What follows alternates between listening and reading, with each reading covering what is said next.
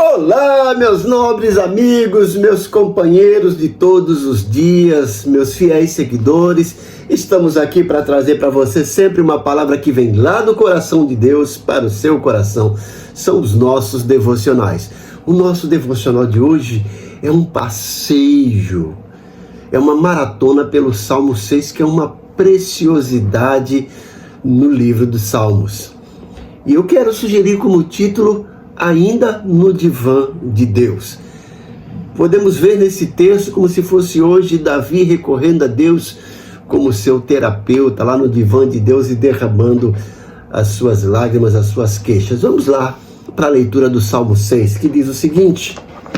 Presta atenção, eu estou aqui com a nova versão da Almeida, que diz o seguinte, Salmo 6. Senhor, não me repreendas na tua ira, nem me castigues no teu furor. Tem compaixão de mim, Senhor, porque eu me sinto debilitado. Sara-me, Senhor, porque os meus ossos estão abalados.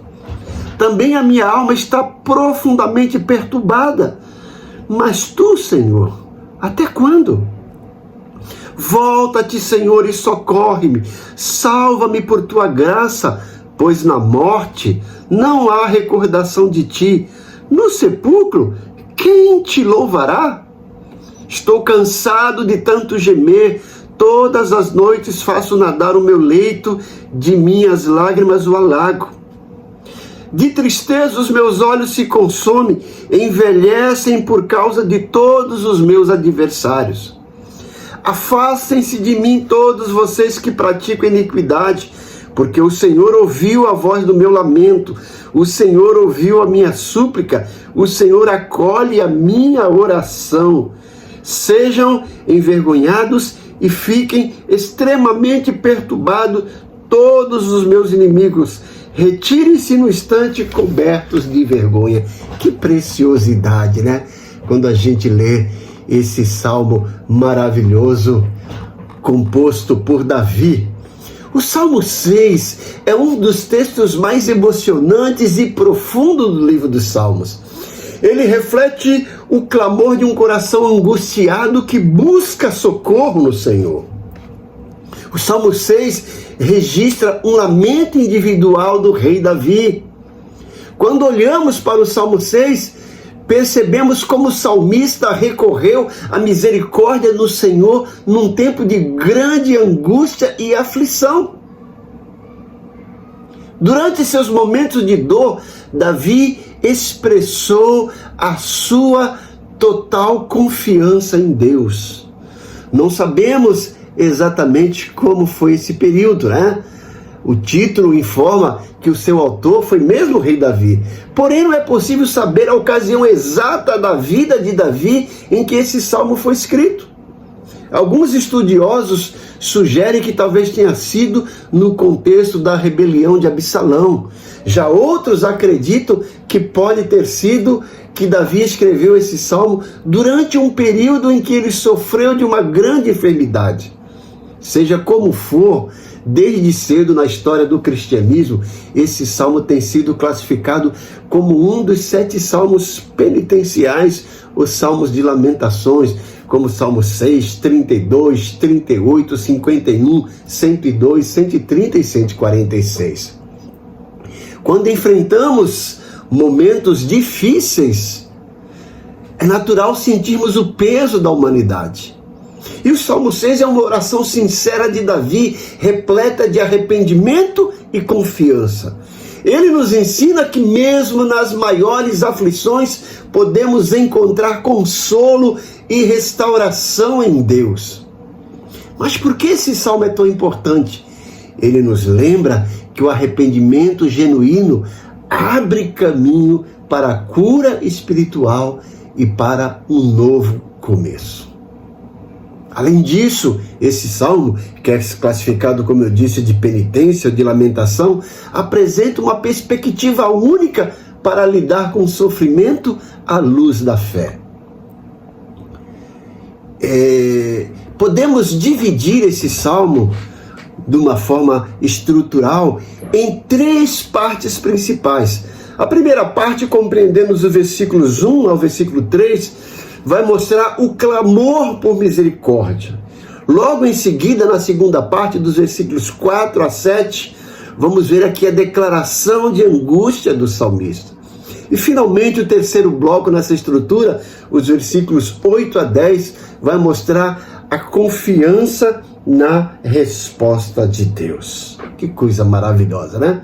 Então vamos olhar um pouquinho para esse salmo a partir dessa perspectiva, né? A partir dessa tríplice divisão que eu sugeri, começando com um clamor pela misericórdia, nos versículos 1 a 3.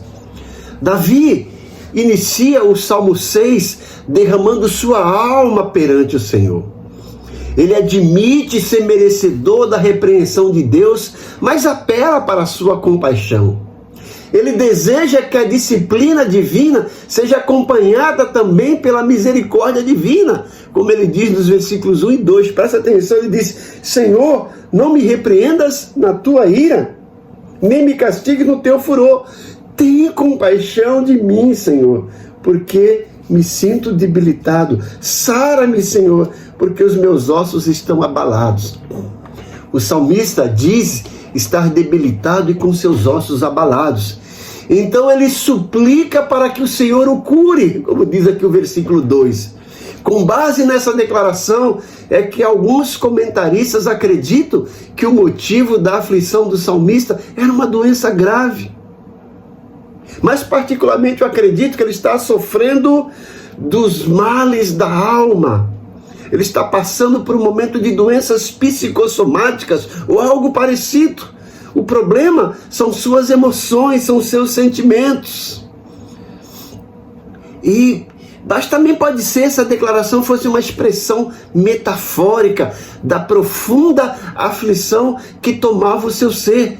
Inclusive, isso lhe causava uma debilidade física. E a gente sabe, né, que essas doenças da alma, da mente, acabam se somatizando. Daí o título: doenças psicossomáticas. Psico da mente, soma do corpo. São enfermidades que se alojam no corpo, mas que têm sua origem no sentimento, nas emoções, na alma. De qualquer forma, na sequência, o salmista deixa claro que sua alma estava profundamente perturbada. Então, nesse ponto, ele interrompe em seu desespero e diz: Senhor, até quando?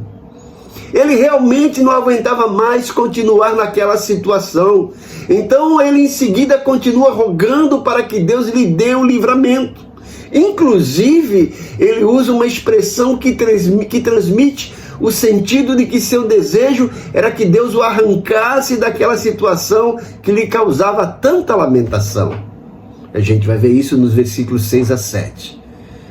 Mas em todo momento ele sempre reconhece não ser merecedor do favor divino e que qualquer bênção que ele venha receber não se deve ao seu próprio mérito, mas à graça de Deus.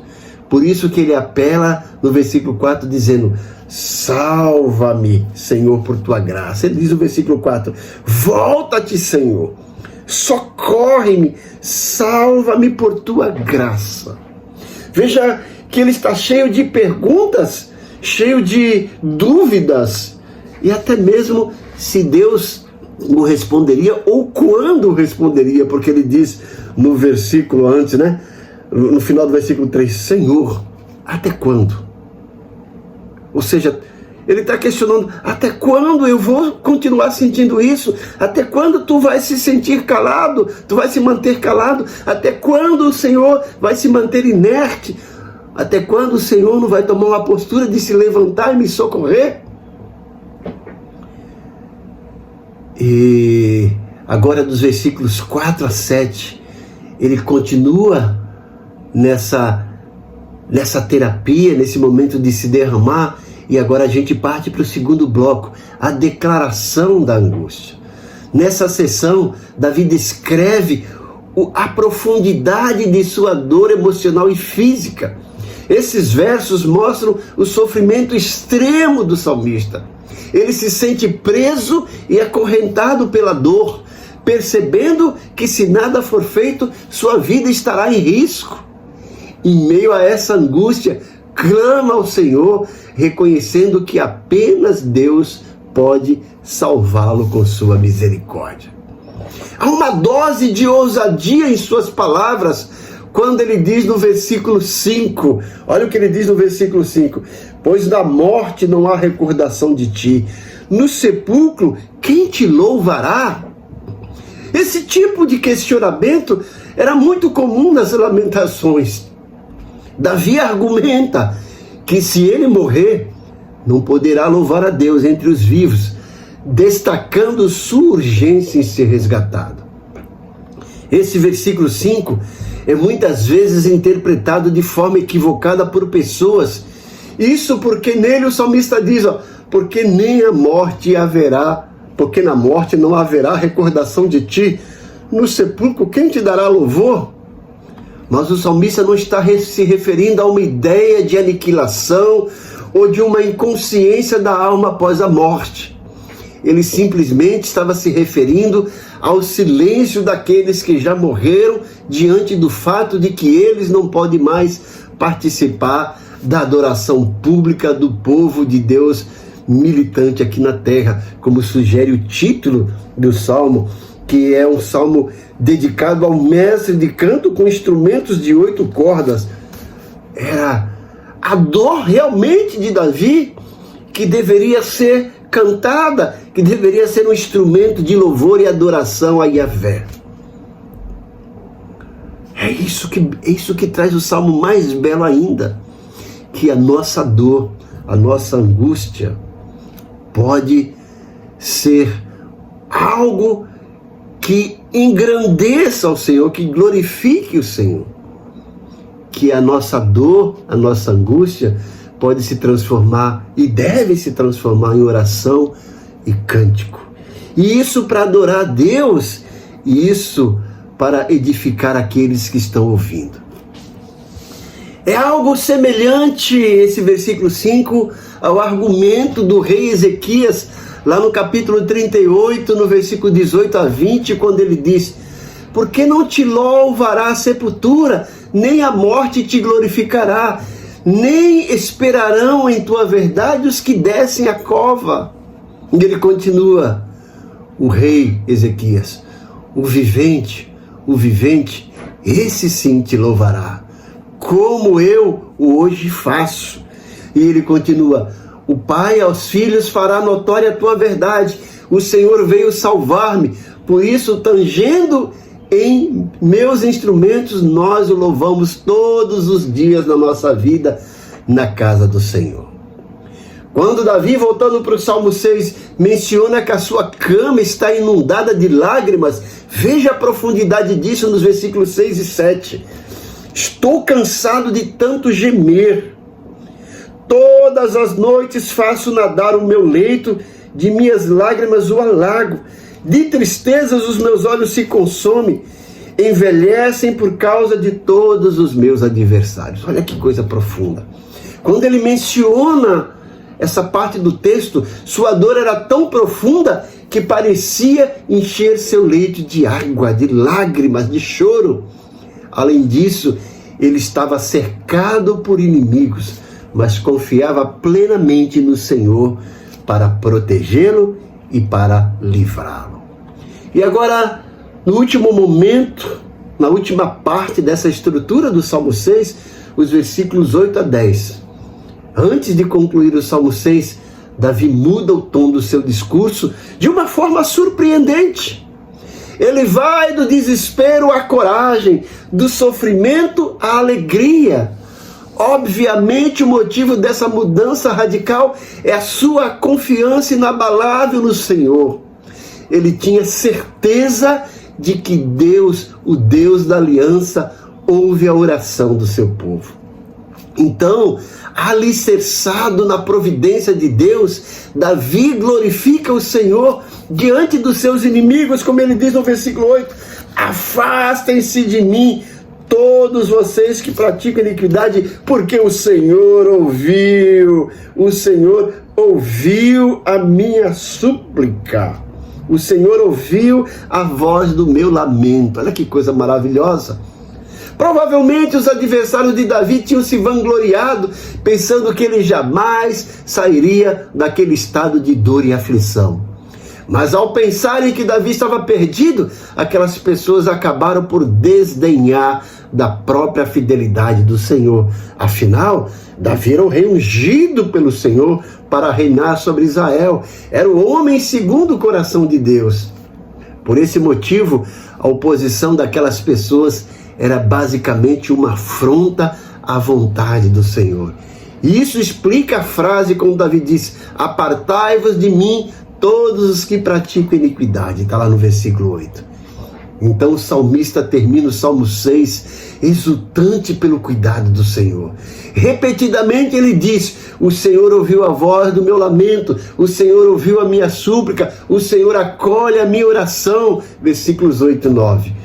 Como resultado, os inimigos do rei escolhido do Senhor tiveram de se retirar perturbados e envergonhados. Que coisa bonita, que salmo maravilhoso.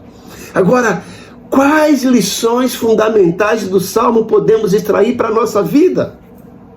O Salmo 3 traz essas lições valiosas para a nossa vida espiritual. Aqui estão algumas que podemos aplicar no nosso dia a dia. A primeira lição é que a oração é o caminho para a paz.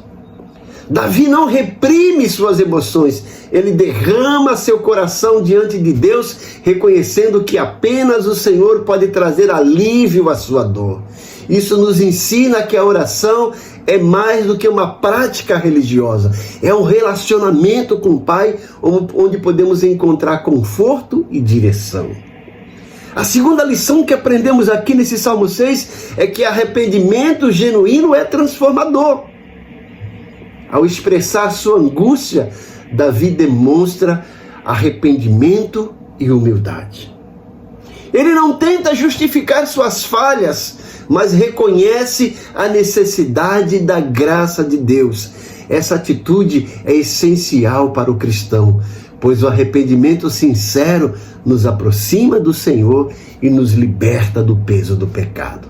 E a terceira lição é que a misericórdia de Deus é inesgotável. Mesmo em sua dor, Davi confia na bondade de Deus. Essa confiança nos desafia a lembrar que o Senhor nunca nos abandona, mesmo nos momentos mais difíceis. Sua misericórdia é a base para a nossa esperança. Concluindo, o Salmo 6 é uma poderosa demonstração da humanidade de Davi diante de Deus. Ele não esconde suas fraquezas, suas lágrimas ou suas dores. Pelo contrário, ele as apresenta em oração, reconhecendo que só em Deus está e vem o verdadeiro socorro. Esse salmo nos ensina que não precisamos ser perfeitos para nos achegarmos ao Senhor. Mesmo em meio às nossas falhas, angústias e limitações, Deus nos ouve, acolhe as nossas súplicas e nos dá esperança. Além disso, ele nos lembra que a confiança em Deus deve ser maior do que qualquer circunstância. É um convite para sermos honestos em nossa caminhada de fé, apresentando nossos medos e arrependimentos ao Senhor com um coração sincero. Assim como Davi encontrou consolo e restauração, nós também podemos experimentar o amor e a misericórdia de Deus em momentos de dificuldade. Por fim, o Salmo 6 não é apenas uma oração de desespero, mas uma declaração de fé. Ele nos desafia a perseverar mesmo quando tudo parece estar perdido, confiando que Deus está sempre presente e disposto a agir em nosso favor. Que possamos, assim como Davi, clamar ao Senhor com confiança e encontrar nele força, paz e redenção. Que Deus te abençoe, que você tenha um dia maravilhoso. Espero que esse salmo seja um marco, um referencial na sua vida e que você se aproprie dele e faça como Davi, se derrame em lágrimas diante do Senhor e no meio dessas lágrimas encontre a paz verdadeira, a certeza de que Deus nos ouve e que Deus, no momento certo, vai entrar com a providência. Deus te abençoe grandemente.